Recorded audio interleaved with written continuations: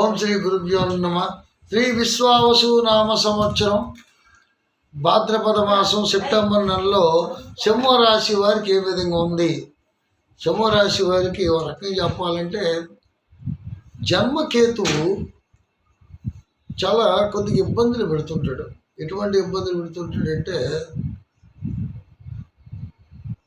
రాహుకి కేతువుకి ఉన్నటువంటి మధ్యన కుజుడు ఒకడు ఉన్నాడు. కుజగ్రహాతాలిక ప్రభావం ఉంటుంది. అంటే రుణపీడితులకి ఇబ్బంది అవుతుంది. రుణం అన్నది ఏదైతే ఉంటుందో వాళ్ళు అప్పులు తీర్చలేక, అప్పు చేస్తే తీర్చలేక, ఆ వడ్డీలు కట్టుకోలేక సతమతం అవుతుంటారు ఈ సింహరాశిలో ఉన్నటువంటి వ్యక్తులు. ఫైనాన్షియల్గా వ్యాపారం చేసినటువంటి వ్యక్తులు ఉన్నారు. అటు అప్పు ఇచ్చేవాళ్ళు ఉన్నారు. వాళ్ళు ఇచ్చినది వసూలు చేసుకోలేక ఏదైనా సతమతం అయ్యేటువంటి పరిస్థితి కొంతవరకు ఉంది. సింహరాశిలో ఉన్నటువంటి ఫిల్మ్ ఛాంబర్స్, ఫిల్మ్లో అంటే నటీనట వర్గము, ఫోటోగ్రాఫర్సు, నాటక వర్గము, టీవీ వర్గము, సినీ పరిశ్రమ వర్గము, ఈ కళారంగం అనేది ఏదైతే ఉందో అందులో ఉన్నటువంటి సింహరాశిలో ఉన్నటువంటి కళారంగం ఏదైతే ఉందో కొంత ఇబ్బందుల్లోనే ఎదురవుతున్నారు అని చెప్పచ్చు.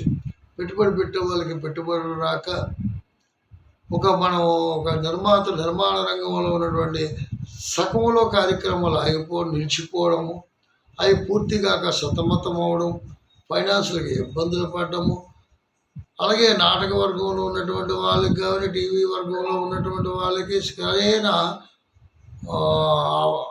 అంటే వాళ్ళకి సరైన ప్రోత్సాహం లేకపోవడం, ఒక కొత్తగా ఉన్నటువంటి వాళ్ళు ఎవరైతే ఉన్నారో వాళ్ళకి అక్కడితో ఆటంకాలు ఏర్పడము, నిందాపనిందలు పడ్డము, జాయింట్ తగాదాలు, జాయింట్ వ్యాపారం పనికి రాదు అని ఎప్పుడో చెప్పారు. సింహరాశిలో ఉన్నటువంటి వాళ్ళకి జాయింట్ వ్యాపారం అంటే జాయింట్ తగాదాలు.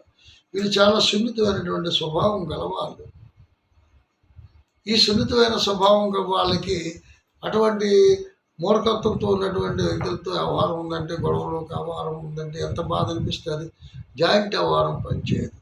అలాగే దాంపత్యంలో ఉన్నటువంటి ఆడవాళ్ళు అంటే స్త్రీలకి ఎక్కువగా ఉన్నాడంటే తన భర్తతో కొన్ని ఇబ్బందులు పడ్డం, బిడ్డలతో ఇబ్బందులు పడ్డం.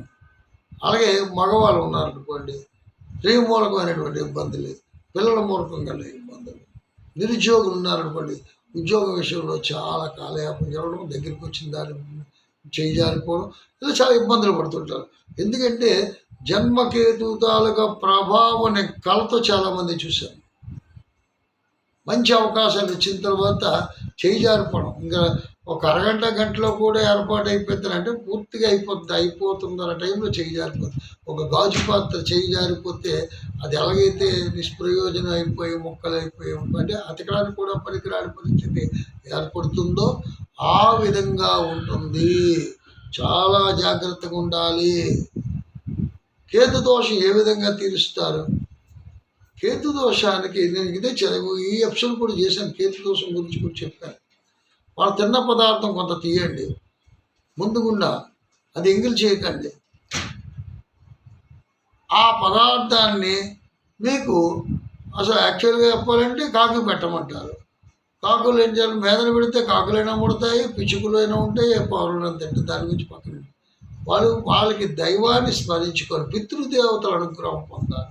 పితృదేవతల అనుగ్రహం పొందాలంటే వాళ్ళ తల్లిదండ్రులు కానీ, వాళ్ళ తాతలు కానీ, ఎవరు కానీ వాళ్ళ తాలూకు వంశీకుల తాలూకువి వాళ్ళని జ్ఞాపకం చేసుకొని పెట్టినట్టుగైతే ఆ పితృదేవతల అనుగ్రహం పొంది కేతు దోష నివారణ జరుగుతుంది. ఇది వాస్తవం. ఈ కేతు దోష నివారణ చేసేవాళ్ళు సింహరాశిలో ఉన్నటువంటి వాళ్ళు ఎవరైతే ఉన్నారో వాళ్ళు తప్పనిసరిగా పితృదేవతల అనుగ్రహం పొందాలి, పూర్వీకుల పెద్దల తాలూకా ఆశీర్వాదం పొందాలి. అప్పుడు వాళ్ళ గ్రహాలు ఆటోమేటిక్గా వాళ్ళకు ఉన్నటువంటి ప్రాబ్లమ్స్ అన్నీ కూడా పటాపంచలైపోతాయి.